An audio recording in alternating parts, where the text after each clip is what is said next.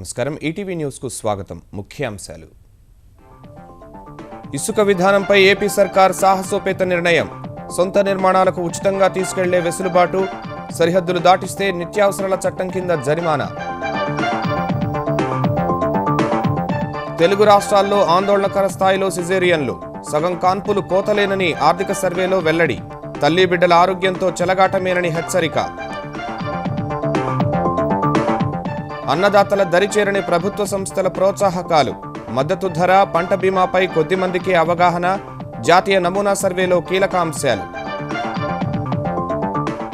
తెలుగు రాష్ట్రాల్లో ఊపందుకున్న కృష్ణా పుష్కరాల సన్నాహాలు తెలంగాణలో 825 కోట్లతో ఏర్పాట్లు ఆగస్టు 12 నుంచి నిర్వహించాలని ఏపీ నిర్ణయం భారతీయ శిక్షా స్మృతిపై రాష్ట్రపతికి కీలక సూచనలు 21వ శతాబ్దానికి అనుగుణంగా పునఃసమీక్షించాల్సిన అవసరం ఉందని వ్యాఖ్య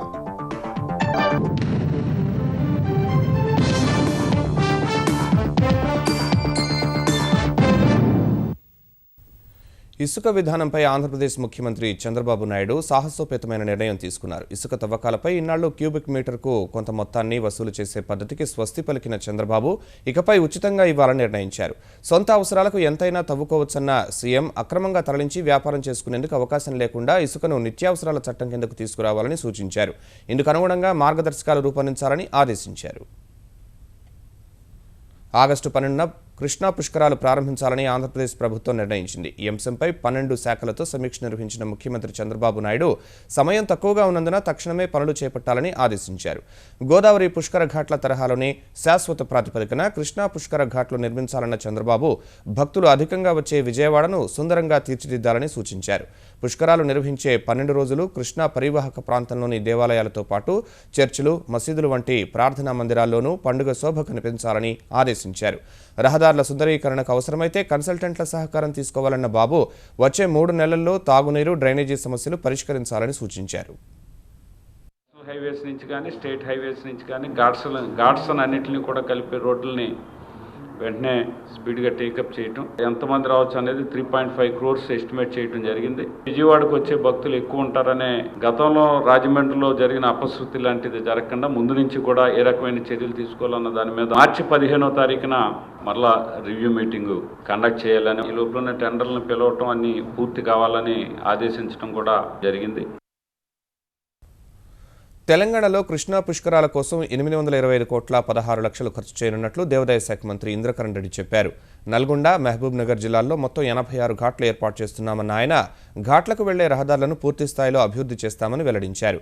శక్తిపీఠమైన జోగులాంబ ఆలయం సహా ఇతర ఆలయాల దగ్గర అభివృద్ధి పనులకు నిధులు కేటాయిస్తున్నట్లు వివరించారు. మార్చి 15 నుంచి పుష్కరాల పనులు ప్రారంభించి జూలై 15కి పూర్తి చేసేలా ప్రణాళిక సిద్ధం చేసినట్లు తెలిపారు. 4 కోట్ల మంది భక్తులు వస్తారన్న అంచనాలతో మౌలిక వస్తువులు ఏర్పాటు చేస్తున్నట్లు ఇంద్రకరణ్ రెడ్డి చెప్పారు. ఘాటు, నెక్స్ట్ రోడ్డు, దాని తర్వాత అన్ని మాకు అనుభవం ఉంది. గోదావరి పుష్కరాలది ఎక్కడికక్కడ ఫైనల్గా అన్ని క్లీనింగ్ కానీ శానిటేషన్ కానీ ఎవ్రీథింగ్ దాన్ని కూడా ఫాలో చేయడానికి కూడా అవకాశం ఉంటుంది. ఎక్కడ కూడా రోడ్స్ జామ్ కాకుండా పోలీసు పెద్ద ఎత్తున పార్కింగ్ స్థలాలను కూడా ఐడెంటిఫై చేయమన్నారు. వాళ్ళ భూములలో పంటలు వేసుకునే వాళ్ళకు కూడా వాళ్ళకి కంపెన్సేషన్ ఇచ్చి మాట్లాడి ఆ భూములను కూడా మొదలై స్వాధీనం చేసుకోమన్నారు. గుడుంబ నిర్మూలనపై ప్రత్యేక దృష్టి సారించిన తెలంగాణ ప్రభుత్వం ప్రభావిత గ్రామాల్లో సర్వే నిర్వహించాలని నిర్ణయించింది. గుడుంబాపై ఆధారపడి జీవనం సాగిస్తున్న కుటుంబాల లెక్కలతో కూడిన సమగ్ర నివేదిక ఇవ్వాలని అబ్కారీ శాఖ కమిషనర్ చంద్రవదన్ను ఆదేశించింది. దీనికి అనుగుణంగా నాటుసారా ఉత్పత్తి, విక్రయం, రవాణాతో సంబంధం ఉన్న వ్యక్తుల వివరాలను అబ్కారీ సిబ్బంది క్షేత్రస్థాయిలో సేకరిస్తున్నారు. తుది నివేదిక ఆధారంగా ఆయా కుటుంబాలకు ప్రత్యామ్నాయ ఉపాధి కల్పించాలని యోచిస్తున్న తెరాస సర్కార్ ఆయా సామాజిక వర్గాలకు బీసీ, ఎస్సీ, ఎస్టీ కార్పొరేషన్లు, బ్యాంకుల నుంచి ఆర్థిక సాయం అందించాలని ఆలోచిస్తోంది. ఒక్కో కుటుంబానికి 50,000 నుంచి 1,00,000 వరకు చేయూత ఇవ్వాలని ప్రాథమికంగా చర్చించినట్లు తెలుస్తోంది. ఇందుకోసం బడ్జెట్లో కూడా పునరావాస పథకం కింద 100 కోట్ల రూపాయలు కేటాయించాలని ప్రభుత్వాన్ని కోరనున్న అబ్కారీ శాఖ హైదరాబాద్, ధూల్పేటకు ప్రత్యేక ప్యాకేజీ ఇవ్వాలని అభ్యర్థించనుంది.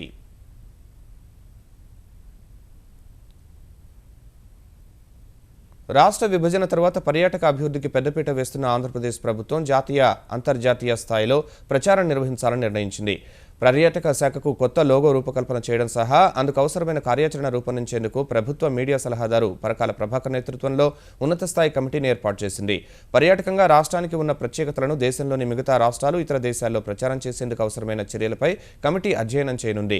కొత్త లోగోతో పాటు ప్రచార చిత్రాలు, డాక్యుమెంటరీలు సిద్ధం చేయడం వంటి అంశాలను కమిటీ మార్గనిర్దేశం చేయనుంది. తెలుగు రాష్ట్రాల్లో మాతృమూర్తులకు కడుపు కోతలు ఆందోళన కలిగిస్తున్నాయి. సిజేరియన్ల సంఖ్య ఆంధ్రప్రదేశ్, తెలంగాణలో గణనీయంగా పెరగడం తల్లి బిడ్డల ఆరోగ్యంతో చెలగాటమాడమని కేంద్రం విచారం వ్యక్తం చేసింది. ఈ పరిణామంతో ఆయా కుటుంబాలపై ఆర్థిక భారం పెరుగుతోందని పార్లమెంటుకు సమర్పించిన ఆర్థిక సర్వేలో పేర్కొంది.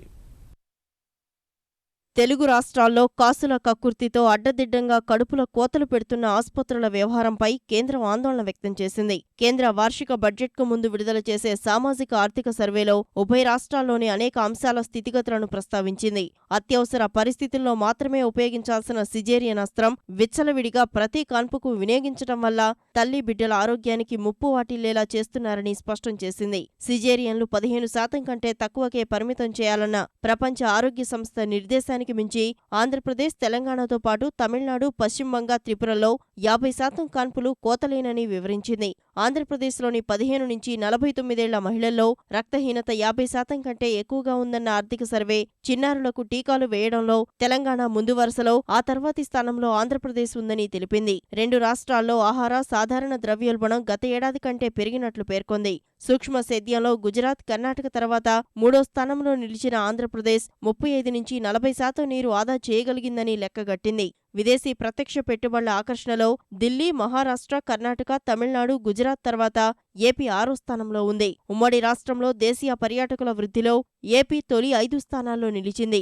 ఏపీలో గ్రామీణ ప్రాంతాల్లో 20%, పట్టణ ప్రాంతాల్లో 10% కంటే తక్కువ మంది దారిద్ర్య రేఖకు దిగువన ఉన్నట్లు గుర్తించారు. పాఠశాలలో విద్యార్థుల నమోదులో ఏపీ కంటే తెలంగాణ ముందంజలో ఉందని సర్వే పేర్కొంది.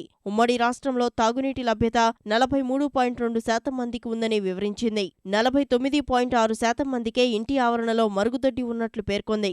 ఏపీలో నిరుద్యోగ రేటు పెరిగిందని పేర్కొన్న సర్వే ప్రజా పంపిణీ వ్యవస్థలో అమలు చేస్తున్న బయోమెట్రిక్ అథెంటికేటెడ్ ఫిజికల్ అప్టేక్ విధానాన్ని బాగుందని ప్రశంసించింది. ఉపాధి హామీలో నేరుగా నగదు బదిలీ వల్ల 92% కూలీలకు సంతృప్తికరంగా ఉందని గుర్తించింది. ఇసుక విధానంపై ఆంధ్రప్రదేశ్ ముఖ్యమంత్రి చంద్రబాబు నాయుడు సాహసోపేతమైన నిర్ణయం తీసుకున్నారు. ఇసుక తవ్వకాలపై ఇన్నాళ్లు క్యూబిక్ మీటర్కు కొంత మొత్తాన్ని వసూలు చేసే పద్ధతికి స్వస్తి పలికిన చంద్రబాబు ఇకపై ఉచితంగా ఇవ్వాలని నిర్ణయించారు. సొంత అవసరాలకు ఎంతైనా తవ్వుకోవచ్చన్న సీఎం అక్రమంగా తరలించి వ్యాపారం చేసుకునేందుకు అవకాశం లేకుండా ఇసుకను నిత్యావసరాల చట్టం కిందకు తీసుకురావాలని సూచించారు. ఇందుకు అనుగుణంగా మార్గదర్శకాలు రూపొందించాలని ఆదేశించారు. ఆంధ్రప్రదేశ్లో ఇసుక కోసం ప్రజలు, నిర్మాణదారులు పడుతున్న కష్టాలకు, రీచ్ల నిర్వహణాలోపం, ప్రభుత్వంపై వస్తున్న విమర్శలకు ముఖ్యమంత్రి చంద్రబాబు నాయుడు ఒకేసారి ముగింపు పలికారు. గత రాత్రి విజయవాడలోని తన కార్యాలయం నుంచి అన్ని జిల్లాల కలెక్టర్లు, మంత్రులతో దూరదృశ్య సమీక్ష నిర్వహించిన చంద్రబాబు ఇసుకపై ప్రజలు ఇన్ని ఇబ్బందులు పడుతుంటే చూస్తూ ఉండడం సరికాదని అభిప్రాయపడ్డారు. వేల కోట్ల సంక్షేమ పథకాలు అమలు చేస్తున్న ప్రభుత్వానికి ఇసుక వేలం ద్వారా వచ్చే 200 కోట్ల రూపాయలు పెద్ద లెక్కలోది కాదని వ్యాఖ్యానించారు. 200 కోట్ల రూపాయల కోసం ప్రభుత్వం అపప్రద మూటగట్టుకునే బదులు ఉచితంగా ఇచ్చేయడం సబబే కదా అని వ్యాఖ్యానించగా సమావేశంలో అందరూ ముక్తకంఠంతో సమర్థించారు. ముఖ్యమంత్రి నిర్ణయం దేశానికే ఆదర్శమని కొనియాడారు. మనకున్న బడ్జెట్లో దాదాపు 40-45% సంక్షేమాలకు పెడుతున్నాం. దాంట్లో ఈరోజు ఇంకొక సంక్షేమ పథకం యాడ్ అయింది, అదే ఉచిత ఇసుక. దానికి కూడా లిమిట్ లేదు, ఎంత కావాలో అంత తీసుకుపోయేట్టుగా చేయడం జరిగింది. ఇది ఒక పేద ప్రజలకి ప్రతి ఒక్కరు ఇల్లు కట్టుకోవాలి, వాళ్ళు కట్టుకునే దాంట్లో బాధపడకూడదు. అదేవిధంగా రాష్ట్ర అభివృద్ధి చెందాలంటే ఇక్కడ ఇండస్ట్రీస్కి రావాలి, హౌసింగ్ డెవలప్ కావాలి అనే ఉద్దేశంతో ముఖ్యమంత్రి గారు తీసుకున్నారు. ప్రభుత్వ నిర్ణయంతో ఇకపై రాష్ట్రంలోని నిర్మాణ పనులన్నింటికీ ఇసుకను ఉచితంగా ఇస్తారు. రవాణా ఖర్చు మాత్రం లబ్ధిదారులు భరించాల్సి ఉంటుంది. ఎవరు పడితే వారు ఎక్కడ పడితే అక్కడ ఇసుక తవ్వుకుంటే పర్యావరణ సమస్యలు తలెత్తుతాయని కలెక్టర్లు సందేహం లేవనెత్తగా ఏ రేవుల్లో ఇసుక తీసుకోవాలో ప్రభుత్వమే నిర్ణయించి పర్యావరణానికి హాని కలుగని రీతిలో అంతే తవ్వుకునేలా చేద్దామని ముఖ్యమంత్రి చెప్పారు. ఇసుకను ఆంధ్రప్రదేశ్లో అవసరాలకు మాత్రమే వాడుకోవాలని, సరిహద్దు దాటించే వారిని జైలుకు పంపడంతో పాటు 10 లక్షల వరకు జరిమానా విధించడం వంటి కఠిన నిబంధనలు పెట్టాలని పలువురు సూచించారు. ఈ రాష్ట్రంలో ఏ అవసరానికైనా ఇసుక ఫ్రీగా ఉండాలి. ఎక్కడ భూముల్లో ఫిల్ చేస్తామంటే ఒప్పుకోరు, ఎసెన్షియల్ కమోడిటీ కింద పెడతారు. ఇతర రాష్ట్రాలకు పోవాలి అంటే బళ్ళు కూడా సీజ్ చేస్తారు, పెనాల్టీలు కూడా పెడతారు. ఎక్కడ కూడా ఎన్విరాన్మెంట్ దెబ్బతినకుండా ఉండేటువంటి దానికి ఎక్కడ ఎన్ని మీటర్ల వరకు డెప్త్కి ఇసుక తీయొచ్చు అనేటువంటిది కూడా రెగ్యులేషన్ పెడతారు, టాస్క్ ఫోర్స్ పెడతారు. దేశంలోనే రోల్ మోడల్ కాబోతా ఉంది చంద్రబాబు నాయుడు గారి యొక్క నిర్ణయం. ఇసుక విధానంపై సోమవారం మరోసారి ఉన్నతస్థాయి సమీక్ష నిర్వహించి వచ్చే నెల 2న జరిగే మంత్రివర్గ సమావేశంలో తుదిరూపునివ్వాలని ముఖ్యమంత్రి అన్నట్లు తెలిసింది. సమస్యల ఒడిలో సేద్యం చేస్తున్న అన్నదాతలకు ప్రభుత్వాలు అందించే సాయాలు, చెల్లించే మద్దతు ధరలు వారికి అక్కరకు రాకుండా పోతున్నాయి. కీలకమైన పంట బీమా గురించి దేశంలో ఎక్కువ మంది రైతులకు కనీస అవగాహన లేకపోగా సాంకేతిక సలహాలు, సూచనలు సగం మందికి చేరడం లేదు. విత్తనాలు, ఎరువుల కోసం ఎక్కువ మంది స్థానిక వ్యాపారులపైనే ఆధారపడుతున్నారని దేశంలో సాగుపై జాతీయ నమూనా సర్వేలో వెల్లడైంది. జాతీయ నమూనా సర్వేలో భాగంగా 107 పేజీలతో విడుదల చేసిన రెండో నివేదిక దేశంలో వ్యవసాయ రంగం లోటుపాట్లను కళ్లకు కట్టింది. తెలంగాణలో 764, ఏపీలో 1164 కుటుంబాలు సహా దేశవ్యాప్తంగా 35,200 వ్యవసాయ కుటుంబాల అభిప్రాయాలు సేకరించి చేసిన సర్వేలో అనేక అంశాలు వెలుగులోకి వచ్చాయి. సంక్షోభంలో కూరుకుపోయిన వ్యవసాయ రంగాన్ని గట్టెక్కించడంలో విత్తనాల కొనుగోళ్లు మొదలుకొని ఉత్పత్తుల విక్రయాల వరకు ప్రభుత్వ సంస్థల పాత్ర నామమాత్రంగా ఉంటోంది. కనీస మద్దతు ధర కొనుగోళ్లలో చెరకు మినహా మిగతా పంటల విషయంలో రైతులు అత్యధిక భాగం స్థానిక ప్రైవేటు వ్యాపారులు లేదా మండీలకే విక్రయిస్తున్నారు. కనీస మద్దతు ధరపై సగం మందికి అసలు అవగాహన లేకపోగా అవగాహన ఉన్న 50% మంది సైతం అంతకంటే తక్కువకే బయట వ్యాపారులకు అమ్ముకుంటూ నష్టపోతున్నారు. కొందరు ముందే పంట తనఖా పెట్టి అప్పులు తెచ్చుకున్న వారికే విక్రయిస్తున్నారు. విపత్తు సమయాల్లో అండగా నిలిచే వ్యవసాయ బీమాపై చాలా మందికి ఏమాత్రం అవగాహన లేదు. పత్తి, వేరుశెనగ, సోయాబీన్ రైతుల్లో కొందరికి తెలిసినా వరి, గోధుమ రైతుల్లో 5% కూడా బీమా చేయలేదు. పంట బీమా విధి విధానాలు గందరగోళంగా ఉండడం, ప్రీమియం చెల్లించడానికి డబ్బులు లేకపోవడం, పంట నష్టపోయినప్పుడు పరిహారం సరిగా అందకపోవడం వంటి కారణాలను సర్వేలో ఈ సందర్భంగా ప్రస్తావించారు. పత్తి, జొన్న మినహా మిగతా పంటల విత్తనాలను రైతులు తమ గత పంట నుంచి పరిమితంగానే నిల్వ చేసుకుంటుండగా ఎక్కువ మంది స్థానిక వ్యాపారులు, డీలర్ల మీదే ఆధారపడుతున్నారు. దేశంలోని వ్యవసాయ కుటుంబాల్లో సుమారు 69% మంది చేతిలో 1 హెక్టారు కంటే తక్కువ భూమే ఉంది. ఆంధ్రప్రదేశ్ 1.652 హెక్టార్లతో 3వ స్థానం, 1.424 హెక్టార్లతో తెలంగాణ 4వ స్థానంలో ఉన్నాయి. ఖరీఫ్లో సాగైన భూమిలో 50% సాగునీటి వసతి ఉండగా రబీలో 79% ఉంది. రైతులకు సాంకేతిక సాయం కూడా సరిగా అందడం లేదు. ఖరీఫ్లో రైతులకు 41% మందికి మాత్రమే సాంకేతిక పరిజ్ఞానం సాయం అందింది. ఇందులో 20% మంది రేడియోలు, ఇతర మార్గాల్లో సాంకేతిక పరిజ్ఞానం పొందుతున్నారు. ప్రైవేటు ఏజెన్సీల సాయం కూడా రైతులు తీసుకుంటున్నారు.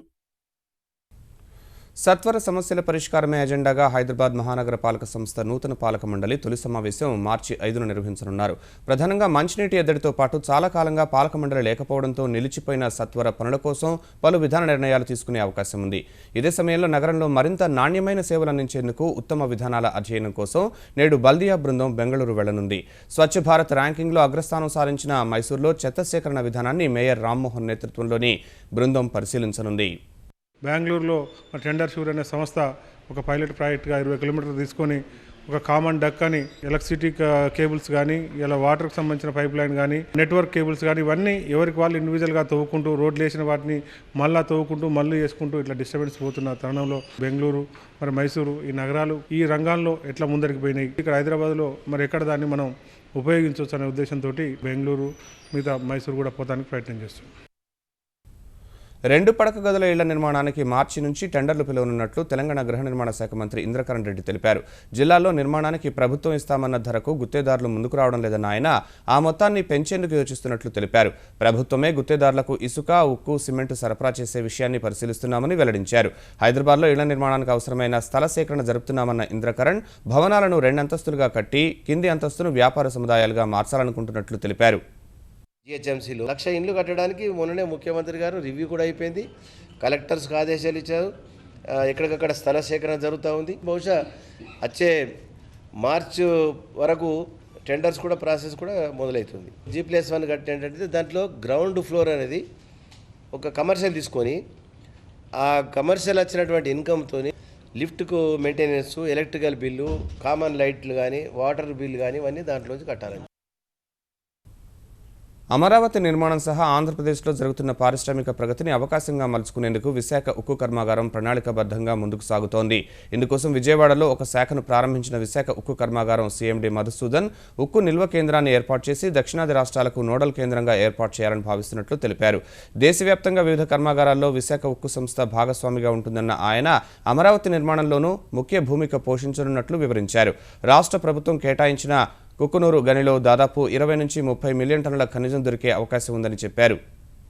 అమరావతి క్యాపిటల్ సిటీ రావటం వల్ల కానీ సన్ రైజ్ ఏపీ కార్యక్రమం కూడా మన గవర్నమెంట్ చేపట్టారు.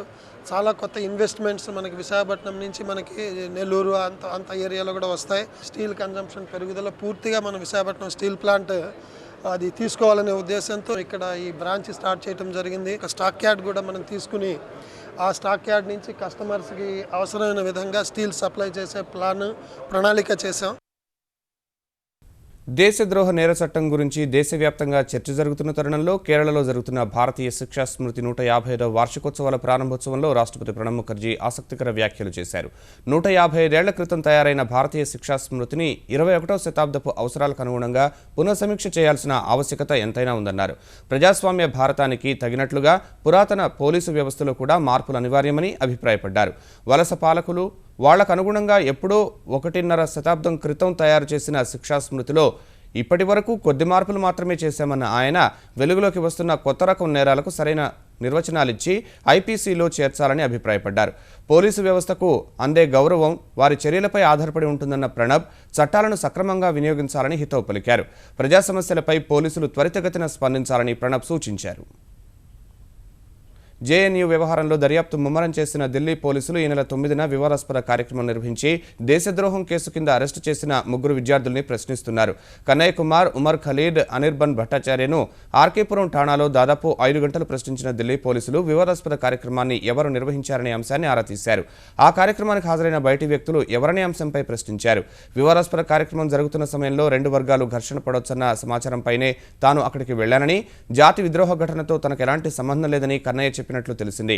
తాను ఎలాంటి దేశ వ్యతిరేక నినాదాలు చేయలేదని ఉమర్ ఖలీద్ చెప్పగా, తాను చేసిన నినాదాలు దేశ వ్యతిరేకమన్న ఢిల్లీ పోలీసుల వాదనతో మరో నిందితుడు అనిర్బన్ విభేదించినట్టు తెలిసింది.